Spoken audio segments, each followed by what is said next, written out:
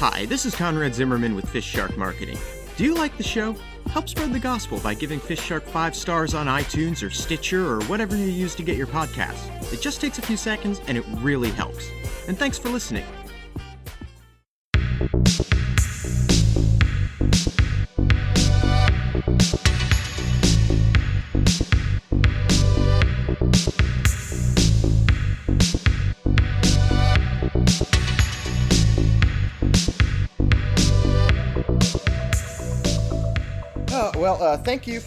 Thank you for coming.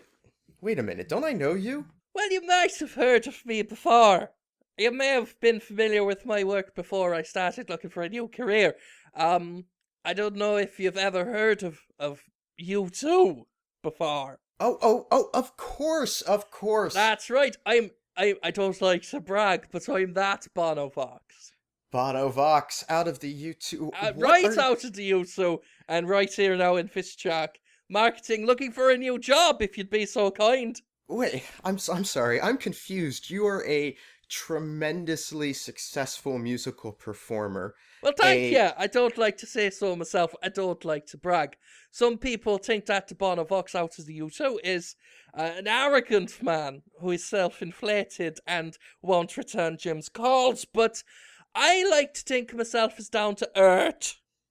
Right, but I mean, between that and your philanthropic work, I mean, you've already achieved a level of success far beyond anything a humble marketer could deliver, and yet you are interviewing to fill the position on our executive board. Well, here's one thing that you need to learn about the Bono Vox, especially if, and I don't want to be presumptuous, we start working together as marketing executives, is that I'm always looking for new challenges, right?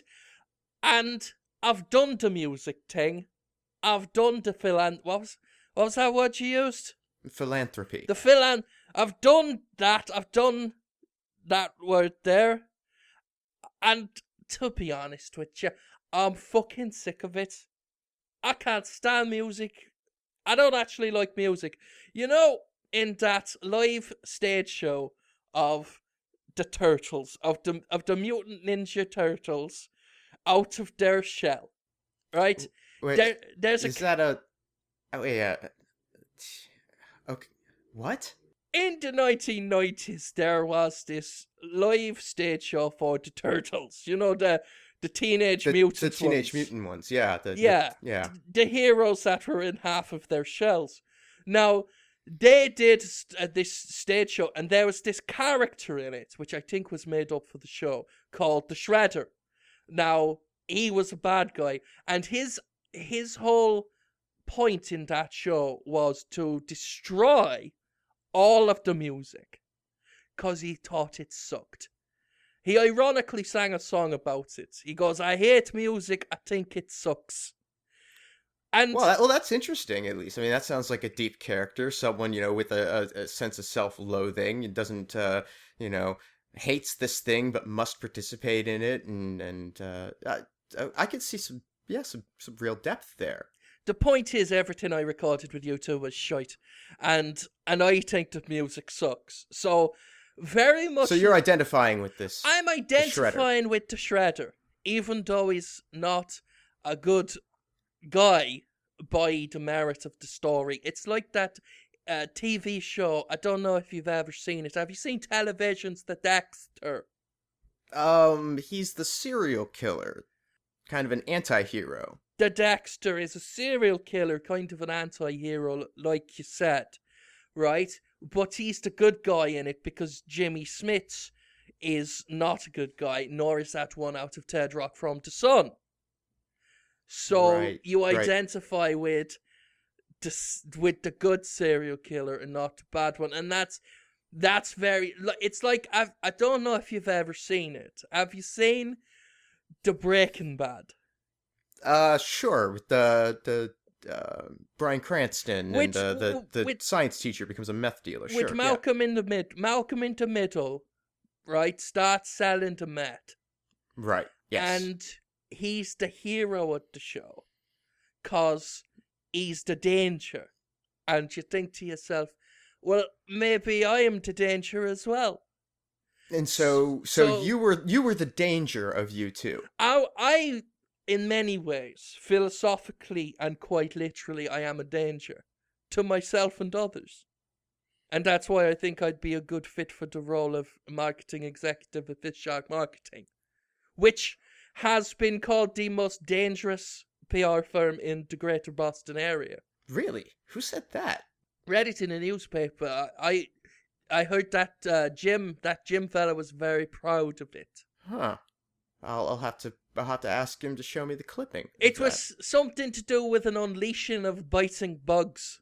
Oh, I can't wait to read it. I didn't even know we had a bug program going, but that's We very do. exciting. Oh, we do. Like, I can't wait to tell you about the bug program later. I'm sorry, what? I think that Jim one, who I've spoken to before, can't wait to tell you about the Bison Bug program. Yeah, well, he does tend to get excited anytime we get in the newspapers. That's good. It. But let's talk about you. Let's talk about Bono Vox and what qualities do you think you can bring to FistShark Marketing? Well, who is Bono Vox? That's the question everybody asks me, and I like to say I'm a musician, but I'm not a musician anymore, because I don't know if you heard me earlier, but I was talking about the shredder. Right, and you hate music. I think it sucks. That's Yeah. what he said in the show. All music. Every last bit of it. I don't like even to see it written down. I don't like the lyrics. Mm-hmm. I do think that the Miley Cyrus is okay. I think if I were able to eliminate all of the music from the world, I'd still say Miley Cyrus is okay. She can still do her songs. Well, that's It's not quite music. It's got a tune to it, but it's not quite the music. right. And so, well, Miley Cyrus is a client here at FistShark Marketing. Yeah. I'm a big fan of her work. I'm a big supporter of her work. I don't think that Conrad ever really respects what Miley does. I sometimes think that Jim is the only one that really understands what she's getting at. Yeah, I'm Conrad. Which one are you? I'm Conrad. Right, that's what I said. Right. Yes. Okay. So, be that as it may, my personal feelings on Miley Cyrus's work notwithstanding, because she's a client and we only want what's best for her. That's exactly what I've been telling you. I'm sorry, what you've been telling me? That's exactly what Jim's been telling you, what? Right, yes. That I know, and I should probably... I'm Bono Vox. You certainly are. And you're right, I should probably listen to Jim a little bit more on that. He spends more time with her. I'm sure he's got a better sense of who she is. But it's heartbreaking looking at her sometimes. I'm sorry, I keep hearing Jim in the room, but I don't see him. And it's freaking me out. Did we have... Who? Do I have the intercom on? Who'd you keep hearing? I've never heard of no one. Let me just... No, okay, alright. Well, the intercom's off, so maybe that'll stop happening. Let's talk money. I'm looking at a salary, ideally of about £500. £500 annually. Sure, that whatever works for you. I need £500 ideally by the end of the day. By the end of the day? That would be correct, yes. I mean, I don't carry cash in the office. The senior partners have a tendency to demand it. There is a safe, just in the storage room. The petty cash is in there. There's about $650 in there. If I can just get 500 of those. Where did you say the safe was?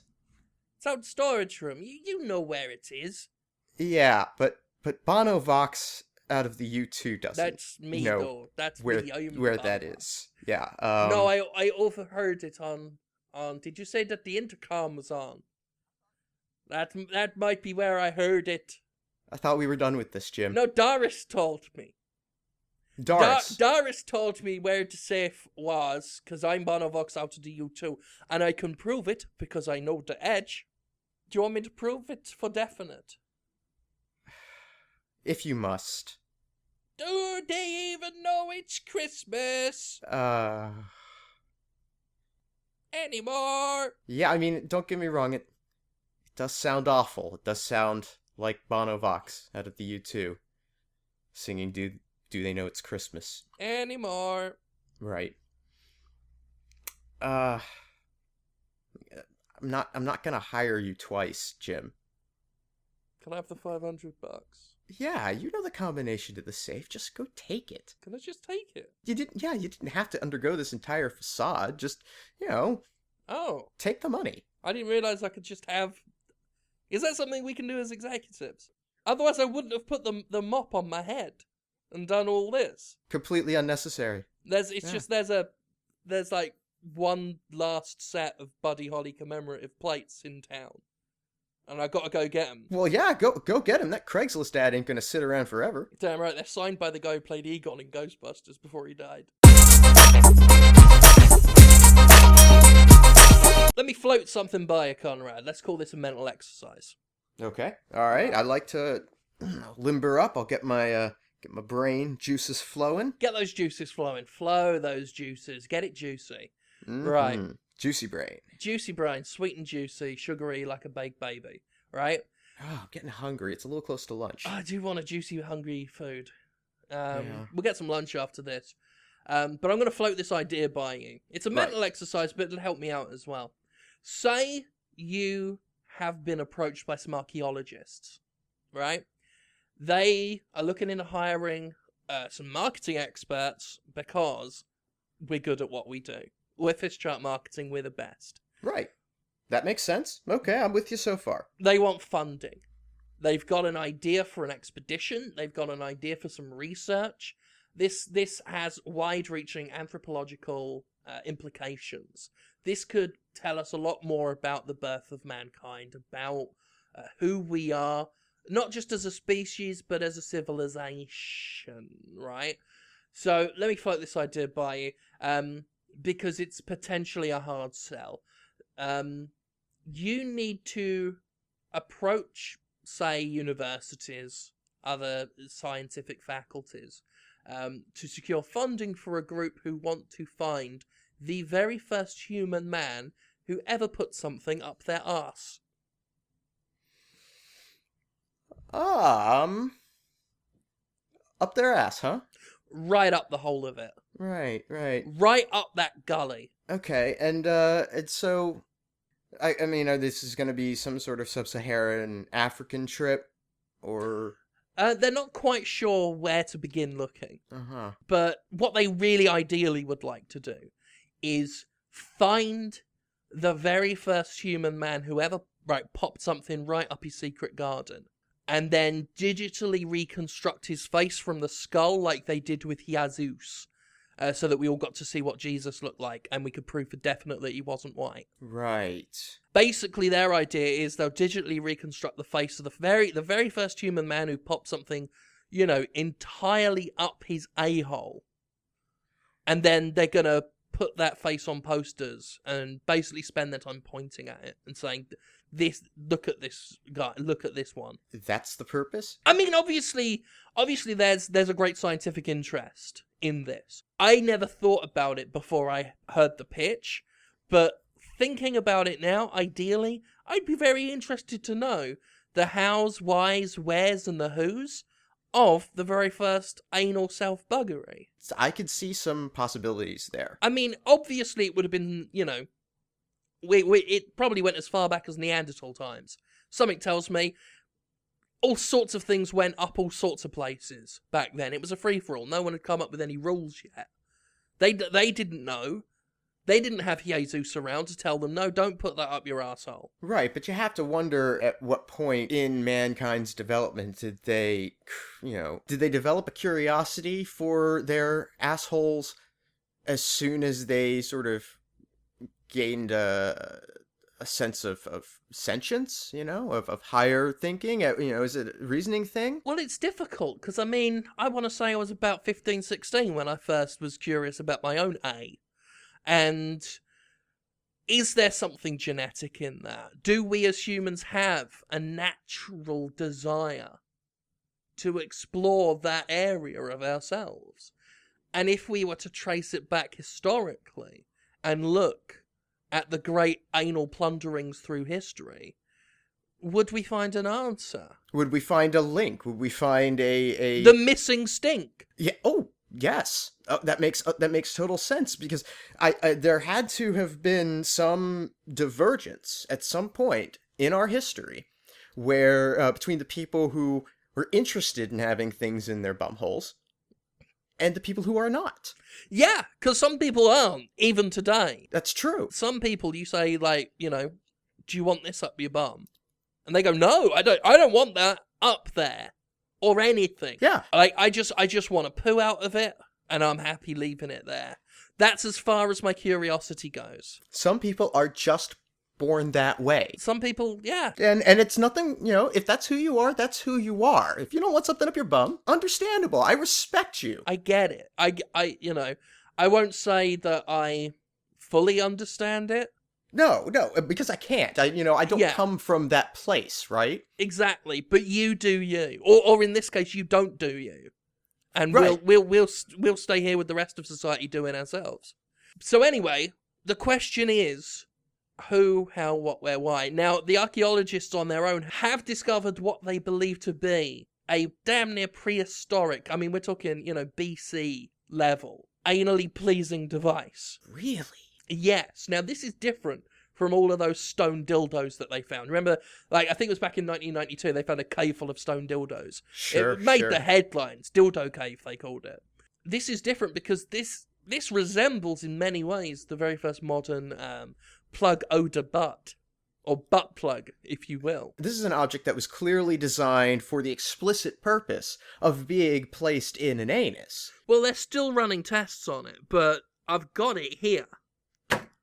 What do you think of that? Wow. That is unquestionably a butt plug. I mean, right? Yeah. I mean, there's no other object I could think of that is that specific shape, with the sort of conical point that just comes in. And the stopper at the bottom. Right, for the pucker, yeah. And it was from the past because it's hewn from stone, as all things were back in them days. The cavemen hewed things from stone. I mean, it's very smooth. It's a little crinkly in places. Just kind of curious. Yeah, I've noticed it's somewhat, and I guess it's a property of the stone they used back in the day, but it's very flaky. Ah. I noticed some of it flakes, and it looks a bit pink underneath. Well, that's mighty strange. Yeah. It doesn't really feel stone. It's kind of, it looks... It yields a lot more than I would expect stone to yield. And when you yield it, it does crack, like stone would crack, but then it just kind of flakes again, and it returns back to its original position. It's very rough. It's more... If I were to, say it was some sort of mineral, I'd say it's closer to the rubber mineral than the stone mineral. How old did they say this was? I think they said it was, million? Million years old? Yeah. Which really doesn't explain the Made in Taiwan copyright logo underneath, with the Ann Summers logo. No, they weren't even making things in Taiwan a million years ago. No, they made very few things in Taiwan a million years ago. Yeah, that's and the copyright symbol I don't think they had back then either. No, copyrights just in the last couple hundred years. Yeah. And Ann Summers, as a lingerie and female pleasure company, really is a blip on the radar in terms of the grand scheme of human history. Are we totally sure about these guys? I think they painted a butt plug grey. I think they painted a butt plug grey.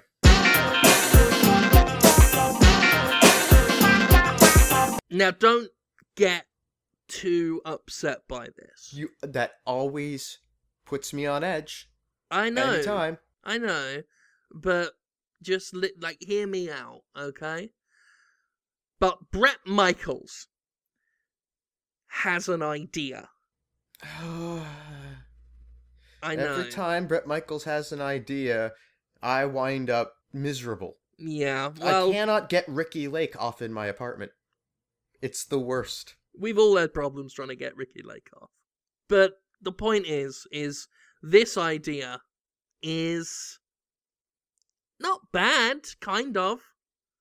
It worked for Peter Gabriel. I like Peter Gabriel. Well, Bret Michaels considers himself the Peter Gabriel of music. He actually told me that once. I think that that's probably not in any way grounded in reality, but Not we'll go with grounded it. in reality at all. It's not. It's simply not true. Right. But you know what he gets like. You just nod along and keep giving him the tequilas. Sure, yeah. He's like hanging out with your grandfather. Yeah, pretty much. Only Bret Michaels is way more racist. Anyway, he floated this idea by me, and you know what he's like. When he gets an idea, he's just gonna do it. Yep, there's no stopping him. So our job isn't so much helping him do it or promoting it. It's pure damage limitation at this point. Going forward, he wants to do the Peter Gabriel thing and name all of his albums after himself. How Peter Gabriel had his Peter Gabriel 1, Peter Gabriel 2, Peter Gabriel... Sure. He wants that for his upcoming albums. They're all, from now on, they're all going to be called Bret Michaels. Well, I mean, that's okay. That's not so bad. You had me worried. I was concerned because I thought that, this was going to be some big to-do or big problem. Yeah. But, just naming all of his albums going forward after himself, who cares? That's fine. He doesn't want to number them. So that makes it a bit difficult. Well, yeah, I mean, I could see that as being an inconvenience, but, that's actually not totally unheard of. He also wants all of the cover album art to be the same. Him in a cowboy hat, with his bandana on, obviously, surrounded by what he calls hot chicks. They're about 18. I mean, just barely 18. Bret Michaels is a very questionable individual, with a motorcycle and a horse. And a rose on the floor. And he wants that on the album cover of all of his albums going forward. So, every album that Bret Michaels makes from this time forward is going to have the title, Bret Michaels. Mm-hmm, Bret Michaels. And it's going to feature the same cover art. Exactly the same. Featuring Bret Michaels in a cowboy hat and bandana with a motorcycle, a horse, a rose, and a bevy of barely legal babes. Yes. And all of his albums he'd already released. Wait. Hang on. This isn't just... He doesn't want to just do this for all of the new product he produces. No, did I give you that impression? Yeah, see, that was the sense I got. That was me saying going forward. Yeah, right. I meant to say going forward and back. Because going forward, that's really workable. It's esoteric, but workable. Right, there's really no problem with him making everything he does after this point have those features. Well, it makes it harder to listen to his music, which, to be honest, isn't a bad thing. No, Keeps him more credible. Yeah, I mean, certainly. Yeah, there are ways that can work. But going back? Going back is he wants to go back, not just his work solo as Bret Michaels. He doesn't want to just start a letter from death row. He's including Poison in this as well. He wants all the Poison albums. He said his plan is basically seize, by force if necessary, all of the copies of his previous albums. I mean, getting his albums won't be hard, but the Poison ones... The Poison ones will be difficult. A lot of those sold. That's where the guns might need to come into play. He wants them all legally seized, burned, and re-released as Bret Michaels. He claims he can legally do it. Now, I don't know if that's true, but there are many things Bret Michaels can legally do that I've noticed other people can't, so I'm not prepared to question him on it just yet. I mean, I'm not a lawyer, but I think that there would have to be some problematic negotiations between Bret and the other members of Poison and whoever owns the rights to that music today. He said they're probably all on board. They're probably all on board. Yeah. So I'm not going to question that. We're the ones who've got to deal with the worst possible case scenario. So let's just say they're on board. This is happening. So worst case scenario, right? Good thinking. So how many albums are we talking about here? Like a dozen? I don't know. To be honest, I was shocked he did more than just that song about every rose having a thorn. Yeah, I was pretty sure that was just it. I thought that was everything he'd ever done, but apparently there's quite a few albums. I mean, just he's got 5 on his own, not including Poison. Wow. I know. The time really flies. Too fast. Reminds us all we're all going to die one day. That's what I've often said about Bret Michaels' career. And Bret Michaels himself. Yes. It's just becoming a ghoulish specter. I've seen him with the bandana off. Mm-hmm. I start expecting him to try and break into Castle Grayskull at any moment. So, okay, so worst case scenario, this works, everybody's on board, and we have 10 or so albums. Worst case scenario, Bret Michaels' best case scenario happens. Right. Okay. We've got to still try and somehow make money off Bret Michaels, and make Bret Michaels money, while every album he and Poison have ever done is called Bret Michaels and looks exactly the same and doesn't have a track listing on the back. That was the other thing he wanted. He said it's modern. I got it. Hit me. Blind boxes. We're talking the blind boxes. Yes, we're talking about blind boxes. We have boxes because they're all the same. You don't know what's inside the box. You see them in Barnes and Noble. Yeah. You go Barnes and Noble, you got your Transformers, you got your South Parks, you don't know what's in the box.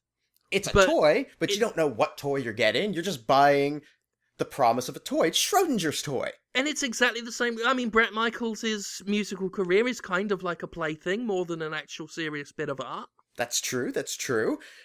So we could, they'd be collectible, you know? You might wind up buying 2 or 3 Bret Michaels, and you get 2 that are the same. I've got 2 copies of Freedom of Sound. Do you want to swap me jamming with friends? There could be a whole new collector's market of just, gotta Bret 'em all. And if, maybe we can convince him to make, some of the albums shiny. Get some rares, like I've got a shiny custom built. Well, I've got a gold Songs for Life, Just make limited runs of maybe, 2,000 units of the alternate, and people will fight over them. We can withhold half the stock for ourselves and put them out on eBay. We'll get the really good ones, make them rarer than the others. Like, you gotta get really lucky if you open it up and you've got Bret Michaels acoustic sessions. Just by withholding production, and we can sort of frame it under the guise of we want to make sure we don't overproduce, so the market's not oversaturated, but in reality we're just we just create an artificial scarcity. Absolutely. And that'll generate demand. I mean, people who didn't even know they wanted Bret Michaels records, people who very clearly didn't want Bret Michaels records, which, to be honest, includes the entire American population and most of Europe and Asia.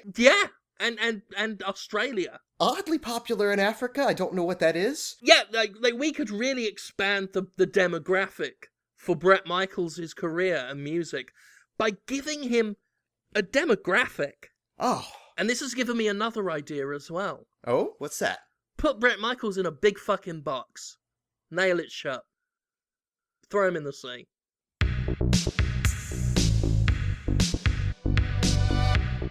FistShark Marketing is Jim Sterling and Conrad Zimmerman. Theme music by Ben Rama. Additional music by Alazar Chand. Our editor is Alan Smithy. Get more episodes and learn how to help support the show at FistShark.com. Follow us on Twitter at FistShark for more of our exploits. Complaints can be forwarded via email to fistsharkmarketing@aol.com.